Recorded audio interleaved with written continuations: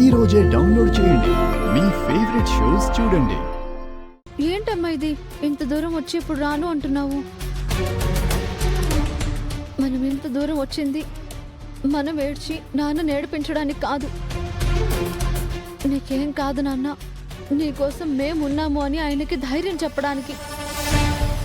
మనం ధైర్యంగా ఉంటేనే నాన్న ధైర్యంగా ఉండగలడమ్మా. అక్క ఏడిపించి మనము నాన్న నేర్పిస్తే ఎలా అమ్మా? నాన్న కోసమైనా మన కన్నీళ్ళని మన కళ్ళల్లో దాచుకోవాలమ్మా. నాన్న కోసం కష్టపడి వంట చేసి తీసుకొచ్చాం.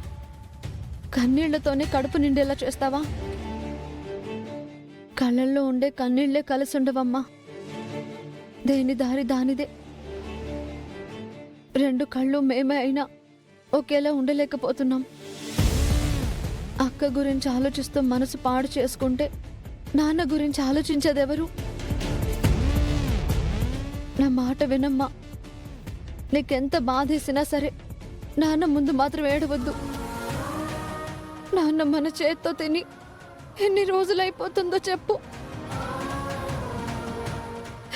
ఈరోజు మీ పెళ్లి రోజు. ఈ రోజైనా ఆయన్ని తృప్తిగా అన్నం తిననివ్వు. మనల్ని చూడగానే నాన్న అక్క గురించే బాధపడతాడు, ఆవేశపడతాడు. అలాని మనము నాన్న బాధని పంచుకుందామా? ఈ అన్నం ఇంత దూరం తీసుకొచ్చి ప్రయోజనమే ఉండదు. నాన్న ఏం మాట్లాడాలనుకున్నా మన గురించే మాట్లాడదాం. అక్క గురించి ఆలోచించడమే మానేసామన్నట్టు ఉండాలి. అర్థమైందా? ఇదిగో ప్రేమ్బాబుకి కాల్ చేస్తాను.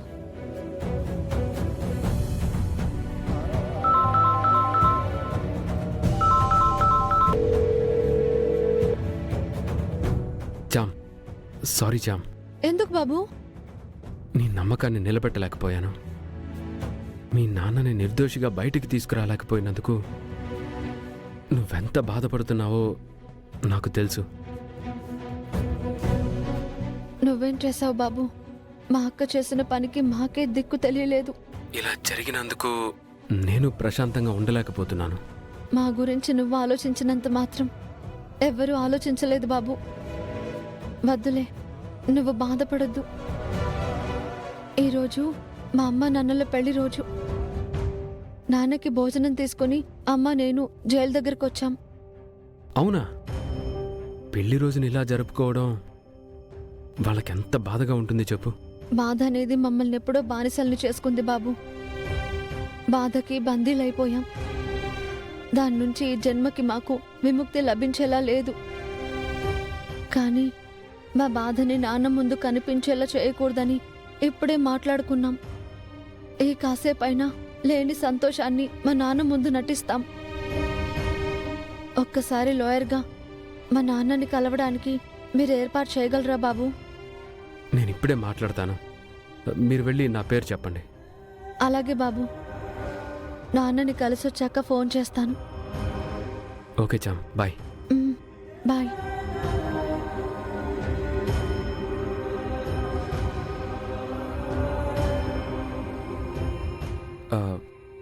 హలో జైలర్ గారు.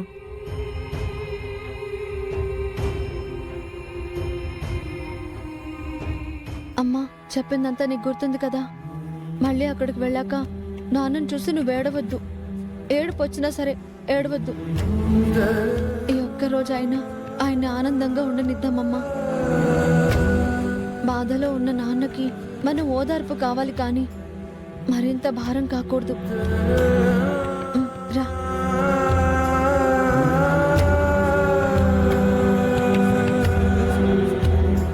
సార్, మా నాన్న రామచంద్రయ్య గారిని కలవాలి. ఇలా నేరుగా వచ్చి అడిగితే కుదరదమ్మా. కలవడానికి ఏర్పాటు చేసుకున్నారా? లేదు సార్, కానీ మా లాయర్ బాబు మాట్లాడతానన్నారు. మాట్లాడుంటే మాకు తెలిసేది కదమ్మా విజిటింగ్ హౌస్ లో మీరు వస్తారని. ఇప్పుడేం లేదు, వెళ్ళండి. అది కాదు సార్, ఒకసారి ఆయన్ని చూసి. నువ్వు ఆగవయ్యా. ఏమ్మా, మీరు రామచంద్ర గారి కూతురు కదా? అవును సార్, మా నాన్నని కలవడానికి వచ్చాము. మీ లాయర్ గారు మా జైలర్ గారికి ఫోన్ చేశారమ్మా. ఈ స్లిప్ తీసుకెళ్లి ఆ కౌంటర్ దగ్గరికి వెళ్ళమ్మా. రామ్మా. సార్, అక్కడికి వెళ్ళి అడగమంటారా? అక్కడే.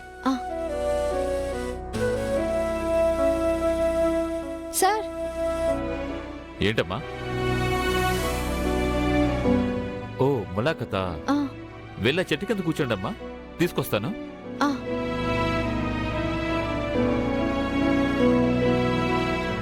ఇదిగో రామచంద్రయ్య, నీకోసం నీ భార్య కూతురు భోజనం తీసుకొచ్చారు. చేతులు కడుక్కొని వెళ్ళి భోంచేయి.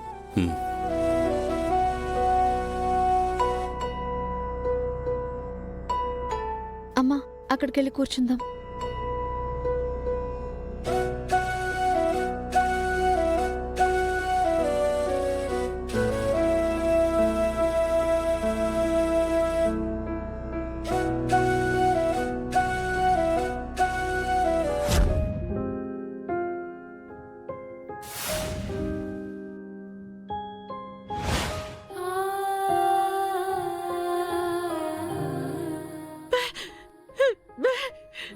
అమ్మా నేను చెప్పాను కదా, ఏడవద్దు.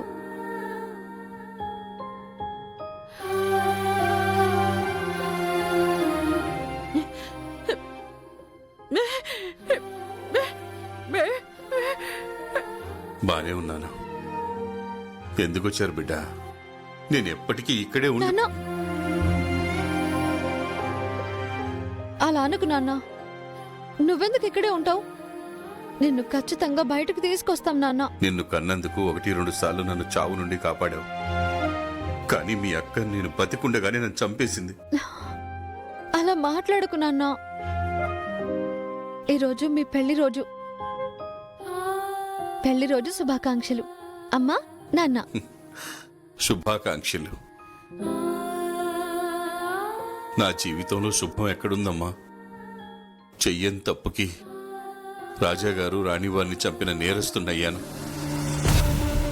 అది కూడా నాకు బాధ కలిగించలేదమ్మా.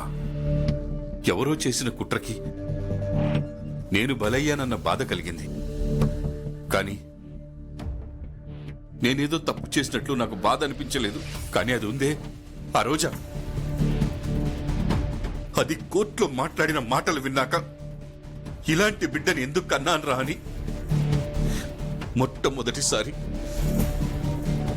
జీవితంలో ఎన్నడూ లేని బాధ కలిగిందమ్మా.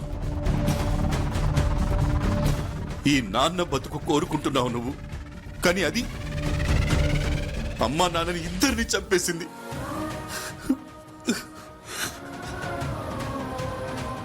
ఈ శవాలకి పెళ్లి రోజులుంటాయా అమ్మా? నాన్న తనేదో అనిందని నువ్వు అదే పట్టించుకుంటే ఎలా నాన్న? మేము వచ్చింది తన గురించి మాట్లాడడానికి కాదు, తన గురించి ఏం కాదు. ఈరోజు మీ పెళ్లి రోజు నాన్న. మీరిద్దరూ ఈరోజు సంతోషంగా ఉండాలి. ఇంటి భోజనం తిని నువ్వెన్ని రోజులైంది నాన్న? కడుపు నిండా ఈ రోజైనా తిను నాన్న. శవానికి ఆకలి ఎక్కడుంటుందమ్మా? చంపేసింది అది.